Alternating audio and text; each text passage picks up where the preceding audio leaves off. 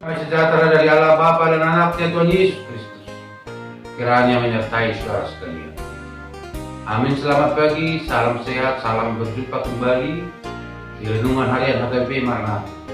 Mari Bapak Ibu Saudara-saudara, kita dengarkan firman Tuhan untuk hari ini, hari Rabu 8 Juli 2020. Tertulis di dalam kitab Yeremia 13 ayat 1. Demikian firman Tuhan. Beginilah firman Tuhan kepadamu. Pergilah membeli ikat pinggang lenan. Ikatkanlah itu pada pinggangmu, tetapi jangan kau celupkan ke dalam air. Demikian firman Tuhan. Saudara-saudara yang terkasih di dalam Kristus Yesus, Nabi Yeremia dipanggil oleh Tuhan untuk memberitakan firman-Nya ke tengah-tengah bangsa Israel oleh karena keberdosaan mereka. Bangsa Israel bangsa yang lalim. Mereka sudah tidak lagi melakukan kehendak Tuhan. Mereka sudah lebih takut kepada manusia dan bersandar kepada bangsa lain.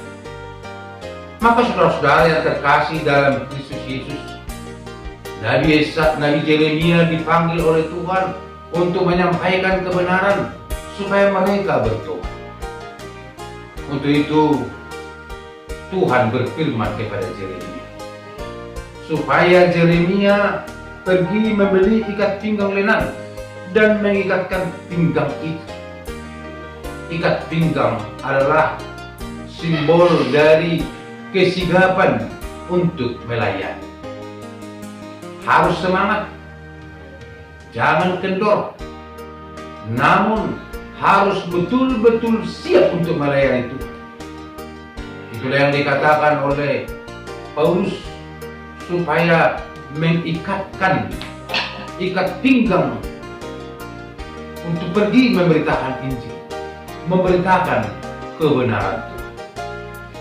Memang saudara-saudara pasti ada rasa takut karena keberdosaan bangsa Yeremia. Namun Tuhan mengatakan, jangan kau celupkan ke dalam air.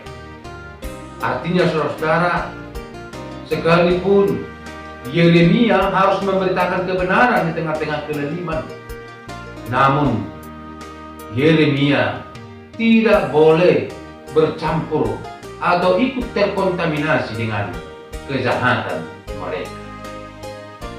Saudara-saudara yang terkasih dalam Kristus Yesus, firman Tuhan ini meneguhkan dan menyapa kita supaya kita pergi untuk memberitakan Injil dengan semangat, memberitakan kebenaran Tuhan, menegur orang-orang yang hidup dalam kejahatan.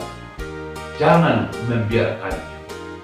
Namun apabila kita lihat pada saat sekarang, sudah banyak orang membiarkan sesamanya hidup di dalam kejahatan dan kelaliman dan jauh dari Tuhan. Bahkan ada orang yang mengatakan, saya rugi untuk menegurnya. Apa untungnya bagi saya? Bahkan ada juga orang yang mengatakan, saya mengingatkan orang yang jahat, namun saya takut dia mengancam saya. Saudara-saudara, harus kita ingat, ketika di sekeliling kita melakukan kejahatan, melakukan kelaliman atau tidak takut lagi kepada Tuhan, sebenarnya itu adalah sudah merugikan kita. Karena apa?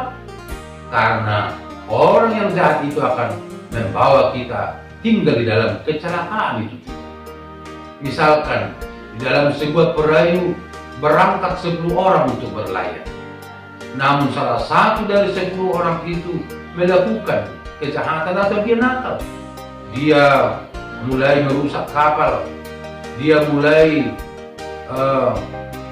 bagaimana kapal ini supaya bisa tenggelam. Apabila kita biarkan, apabila kita cuek, ingat saudara, suatu saat kapal akan tenggelam dan semua penghuni atau penumpang dari kapal itu akan tenggelam juga. Maka jika di antara kita ada seseorang yang melakukan kejahatan, tegurlah, karena itu utang kita. Kalau ada seseorang melakukan ketidakbenaran di hadapan Tuhan, tegurlah supaya Dia berkuasa. Dan ingat, Tuhan yang memilih kita, Tuhan yang memberkati kita. Maka jangan takut, karena Tuhan yang menyertai kita. Tuhan Yesus memberkati. Selamat beraktivitas. Amin.